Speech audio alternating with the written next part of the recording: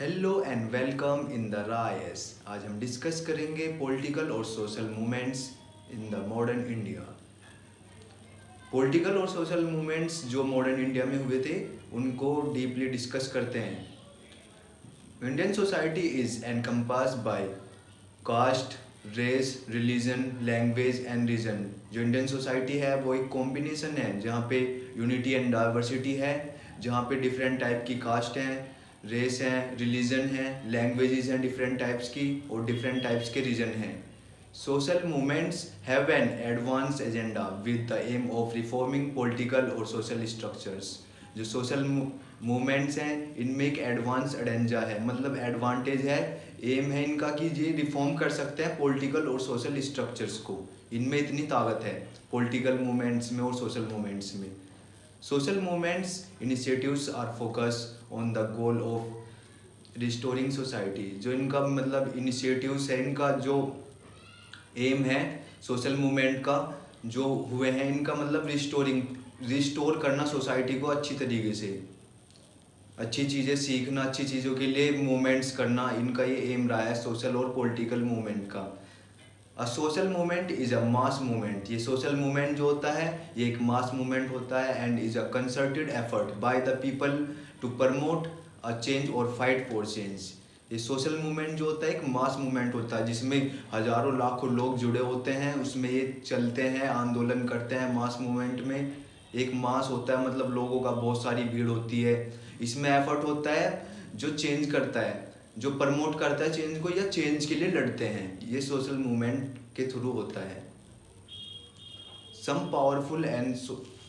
Powerful social movements in India. जो social और political movements हुए थे बहुत पावरफुल, वो हम डिस्कस करेंगे। सबसे पहले आता है स्वदेशी मूवमेंट। स्वदेशी मूवमेंट 1905।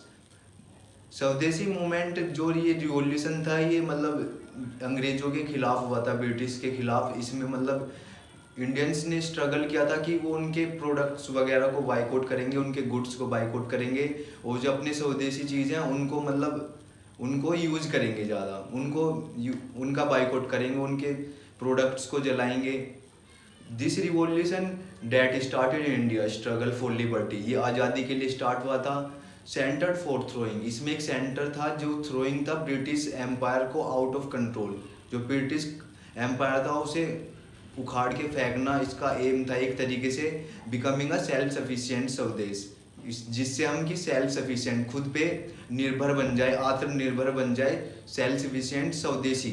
जो हम स्वदेशी हर चीज़ में स्वदेशी ले आए अपने देश की चीज़, क्योंकि उस टाइम से मतलब यूरोप का दबदबा था इंडिया में, ब्रिटेन के लोग थे, मतलब वो अपने अकॉर्डिंग सब कुछ कराना चाहते थे, अपने उनके प्रोडक्ट्स लाते थे, वो उनको सेल करते थे ज़्यादा हायर प्राइजेस पे। ये एक दिक्कत थी बहुत बड़ी। देयर वर मैनी इंडियंस, उस टाइम पे बहुत इंडियंस थे जिन्होंने एक कैंपेन ज्वाइन किया था एंड बाइकआउटिंग फॉरेन प्रोडक्ट्स, जिन्होंने फॉरेन प्रोडक्ट्स का बाइकआउट भी किया था और इस कैंपेन को ज्वाइन भी किया था।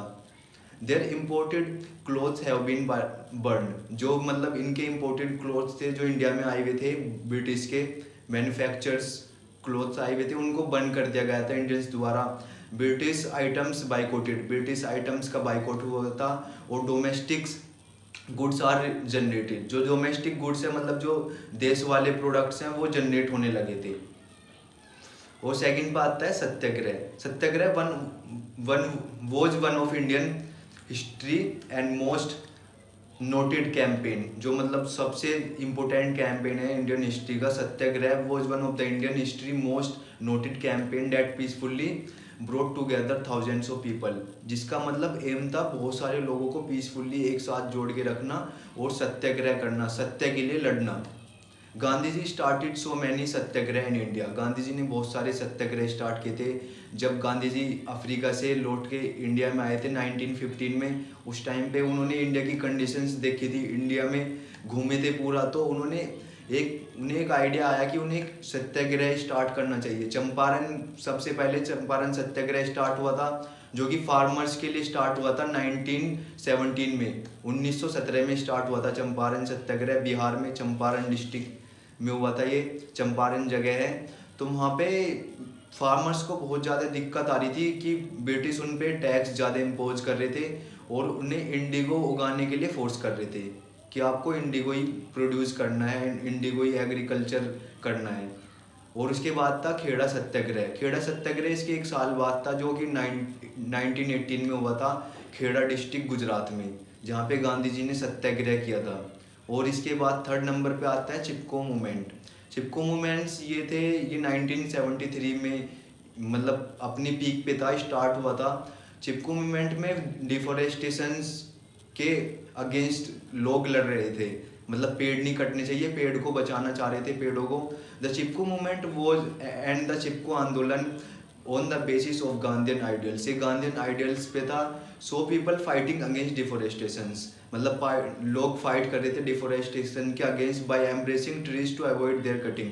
मतलब पेड़ों से चिपक जा रहे थे लोग कि उनको काटे ना पहले, अगर पेड़ों को काटोगे तो पहले हमें काटना पड़ेगा। इस वजह से लोग पेड़ों की कटिंग को अवॉइड करने के लिए, डिफोरेस्टेशन अवॉइड करने के लिए तो पेड़ों से कुछ चिपक गए थे कि जिस वजह से पेड़ों को काटा ना जाए, डिफोरेस्टेशन ना हो।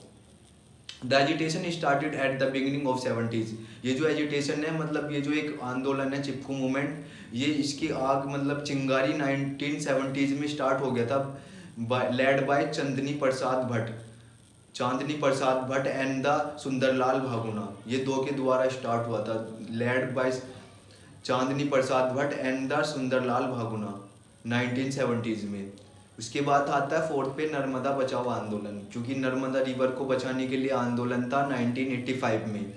इसमें large number of Adivasis join हुए थे, मतलब पूरे विलेजेस, बड़े बड़े विलेजेस में ज्वाइन हुए थे।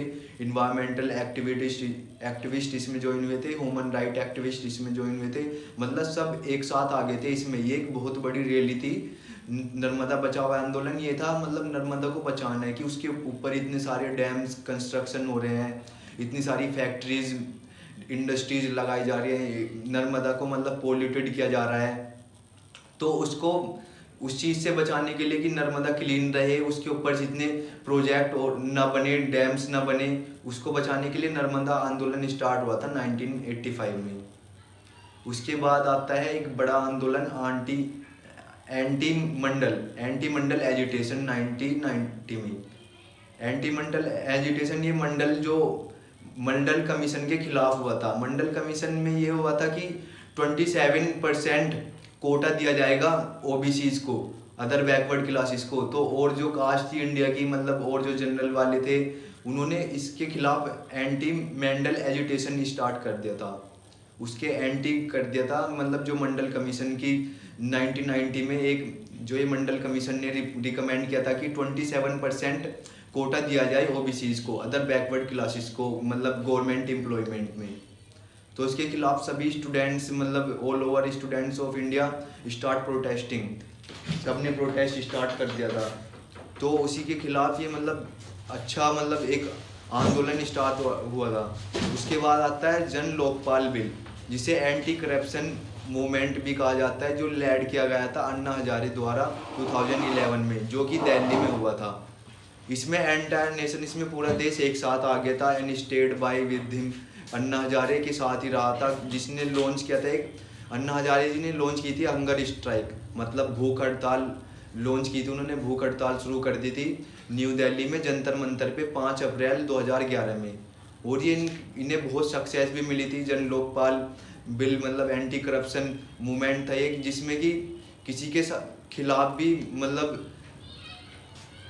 जांच हो सकती है, इन्वेस्टिगेशन हो सकती है, इसके लिए जन Lokpal bill anti corruption movement start किया गया था अन्ना हजारे द्वारा। आज के लिए बस इतना ही। आप सभी से रिक्वेस्ट है कि चैनल को लाइक करेंगे, सब्सक्राइब करेंगे।